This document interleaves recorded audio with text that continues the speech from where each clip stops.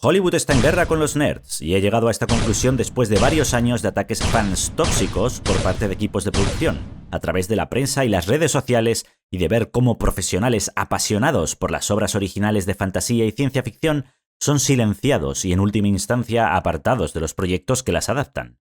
Tal vez penséis que me equivoco, después de todo, hoy en día tanto el género de la fantasía como el de la ciencia ficción son muy populares, y todas las grandes productoras han hecho todo lo posible por hacerse con los derechos de una o varias de las grandes franquicias que forman parte de ellos. Pero dejar que os cuente mis argumentos y ver si vosotros le podéis dar otra explicación a lo que está pasando. Para empezar, recordemos cómo se hicieron tan populares estos géneros. Nací en los 90 y a finales de esta década e incluso a principios de este siglo, si estabas metido en el mundo de los videojuegos, te molaba la fantasía o te ponías una camiseta de Marvel, la etiqueta de friki te la ponía mucha gente. Y las miradas de condescendencia e incluso desprecio no faltaban. Las novelas de fantasía en general eran consideradas infantiles e inferiores por los desconocedores de las mismas. Y si te metías en el terreno del cómic o la animación, ya ni te cuento. No me quiero imaginar cómo fue la situación en los 80 o los 70. Ahora, en 2022, no creo que esto sea un problema con lo popular que se han vuelto, pero no siempre fue así. ¿Y sabéis por qué han alcanzado toda esta popularidad y aceptación? Porque por suerte para mí, los auténticos nerds suelen tener tanta pasión por estos géneros que no les dan la espalda por mucha presión que tengan en su entorno para hacerlo. Una pasión que les lleva a una curiosidad creciente que puede ser insaciable. Curiosidad por un universo fantástico lleno de nuevas posibilidades, por los personajes que lo habitan y por sus historias. Cuando una persona así tiene una idea o quiere adaptar una novela, un videojuego o hacer una secuela, esta pasión es lo que le impulsa, una pasión que incluso roza con la obsesión. En el pasado, personas así, involucradas emocionalmente en estas historias, buscaron todos los medios necesarios, incluyendo financiación, para hacerlas realidad y tratar de crear obras maestras del cine. Su principal motivación no fue el deseo de ensalzarse a ellos mismos, sino de ensalzar la historia que nos estaban contando. Fueron nerds o fans, si lo preferís, los que tenían el control creativo y conformaban los equipos de producción de las películas que formaron parte de lo que considero las dos edades de oro de los géneros de fantasía y ciencia ficción. La primera de ellas fue en los años 80. En esta época, el auge de efectos especiales permitió que tanto historias originales como adaptaciones de novelas de estos géneros salieran a la luz, y nos dejaría obras míticas como Star Wars, Blade Runner, Regreso al futuro, Dune o Willow. En la segunda tengo una opinión más subjetiva, ya que me pilló en mi niñez y al inicio de mi adolescencia, pero a finales de los 90 y principios de los 2000 hubo un fuerte tirón del género de fantasía en la literatura, y no tardó en plasmarse en el cine. Las novelas de Harry Potter, por ejemplo, tuvieron su primera adaptación en el cine en 2001. J.K. Rowling quería que fuesen lo más fieles posibles a los libros, y este fue uno de los principales motivos por los que la Warner consiguió los derechos. Adaptando la trilogía del Señor de los Anillos, Peter Jackson nos traería en 2001 La Comunidad del Anillo, seguida por Las Dos Torres y El Retorno del Rey en 2002 y 2003. Y por otro lado, George Lucas sacaría en el 99 La Amenaza Fantasma, iniciando la trilogía de precuelas de Star Wars. Y este mismo año saldría The Matrix. Finalmente, actuando de puente entre esta época y la que vivimos, en 2011 sale la primera temporada de Juego de Tronos, adaptando las novelas de George R.R. Martin, Canción de Hielo y Fuego. La relevancia que todas estas películas tuvieron, y más importante aún, siguen teniendo hoy en día, es uno de los motivos por los que las grandes productoras han acudido a ellas en el presente para conseguir contenido, sobre todo porque en 2015 las ideas en Hollywood ya empezaban a escasear, mientras que la ciencia ficción y la fantasía en particular habían ido ganando mucha popularidad. Lo mismo ocurría con los videojuegos y la cultura gamer, que se veía más aceptada. Parece ser que con el paso de los años lo nerd se había vuelto popular. Las novelas de increíble éxito y sus adaptaciones dieron visibilidad a estos géneros que ahora interesan a mucha más gente. Las grandes productoras así lo entendieron y decidieron invertir, cada una de ellas tratando de apropiarse de al menos una gran propiedad intelectual para no salir perdiendo en este nuevo nicho contra la competencia. Muchos creíamos que esto supondría una tercera edad de oro del género, pero lo que nos encontramos distaba mucho de lo que habíamos tenido hasta entonces. Las secuelas, precuelas y spin-offs de Star Wars, las nuevas películas de Star Trek, gracias J.J. Abrams, y series como Rings of Power, The Witcher, Wheel of Time o la reciente Willow, que cada vez se parecen más a series como Gossip Girl y menos a una historia ambientada en el mundo de fantasía. Y ojo, que yo vi Gossip Girl y me entretuvo mucho más que estas series. Lo que debió ser una buena noticia para los amantes de la fantasía y ciencia ficción en general, se convirtió en una tragedia. ¿Cómo hemos llegado a esto? El motivo principal es uno de los mismos motivos que ha causado este conflicto entre estas productoras o Hollywood en general y los fans.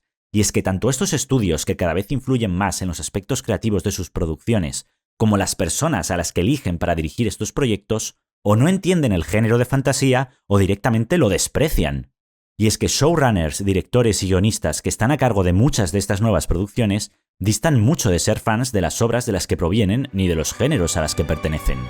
A diferencia de los creadores nerds, que tienen como principal motivación ensalzar la historia que quieren contar, I mean, we had no interest in putting our messages into this movie, but we thought that we should honor Tolkien by putting his messages into it. You know, which was not the easy way, but like really this like pursuit of like, hey, this is what we think our audience wants, and it's ambitious and crazy. aquí priman motivaciones muy distintas.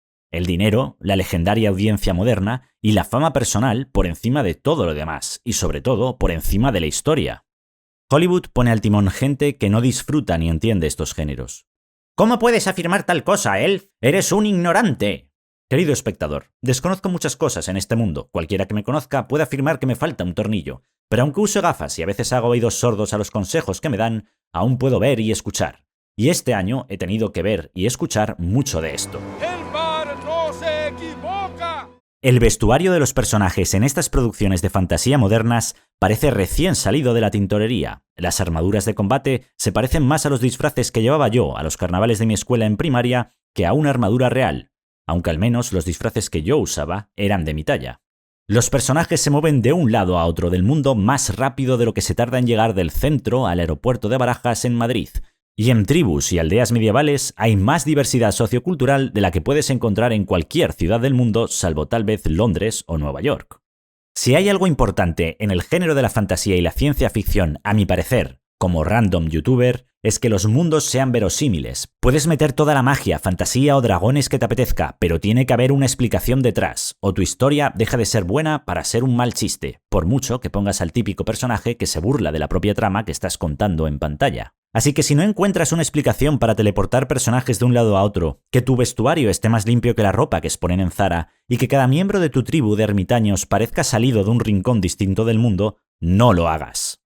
Pero no quiero ahondar más en esto. Mi punto es que estos showrunners, directores, guionistas no parecen entender cómo se crea una historia de género fantástico ni parecen dispuestos a aprender a hacerlo. Por eso tengo muy claro que, en el fondo, desprecian el género de fantasía y miran por encima del hombro a los fans. Resulta paradójico, porque sin los nerds que crearon las obras originales, esta gente estaría en paro.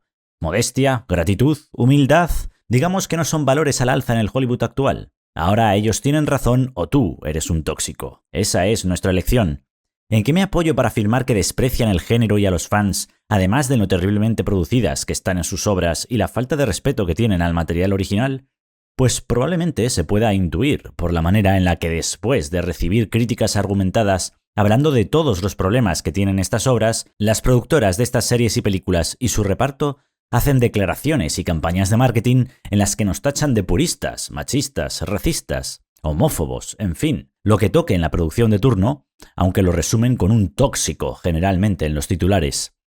Por si esto no fuese prueba suficiente, luego nos encontramos a uno de los pocos nerds que ha sobrevivido en Hollywood, Henry Cavill, que intentando defender como puede los proyectos en los que ha trabajado desde su posición de actor, ha acabado renunciando al ver algunas de sus historias preferidas arrastradas por el fango con su cara en la portada, como ocurrió en The Witcher, o dejado de lado para dar paso a nuevas generaciones de superhéroes, como en Superman.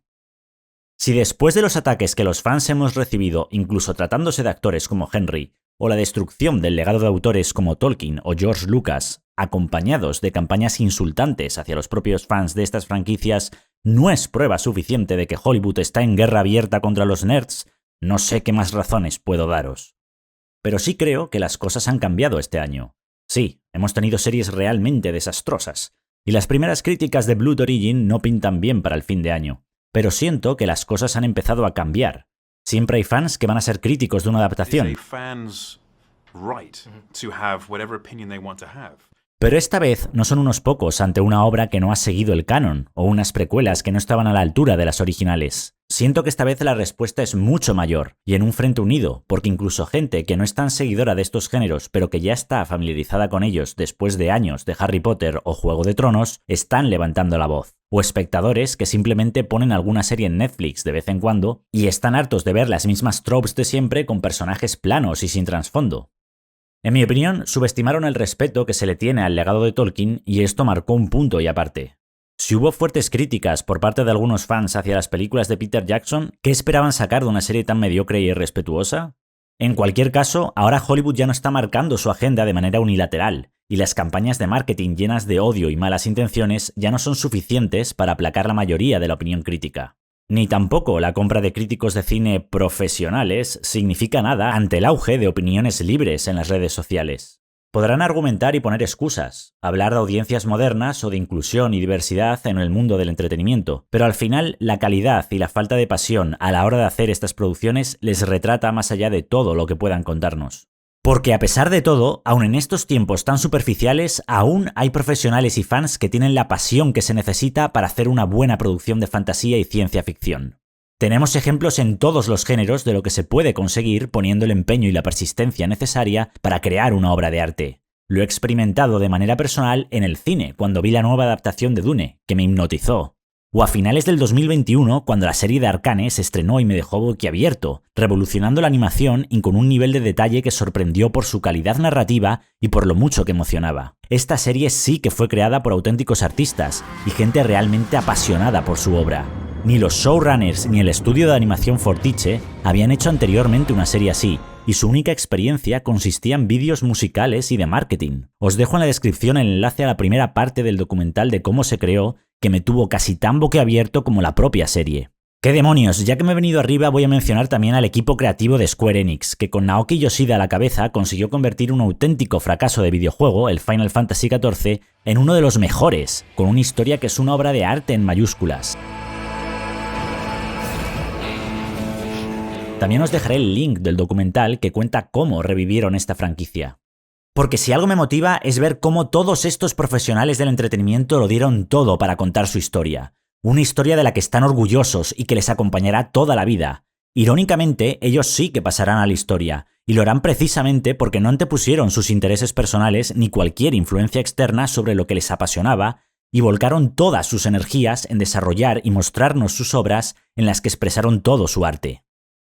Así que les deseo suerte a Hollywood en esta batalla, porque por pocas obras como estas que estén saliendo últimamente, se suman a las que ya tenemos y nos acompañarán durante décadas, siendo siempre un claro contraste de cualquier propaganda con nombre usurpado que nos quieran vender. Si queréis saber más acerca de mis opiniones de lo que pasó en el caso de Disney, os dejo por aquí el enlace a mi vídeo de la caída de Disney. Por lo demás, espero poder ver vuestras opiniones sobre la batalla cultural en los comentarios y como siempre, os agradezco si le dais al like si os ha gustado el vídeo. Para más contenido, siempre podéis suscribiros al canal y hasta que nuestros caminos se vuelvan a cruzar, buen camino.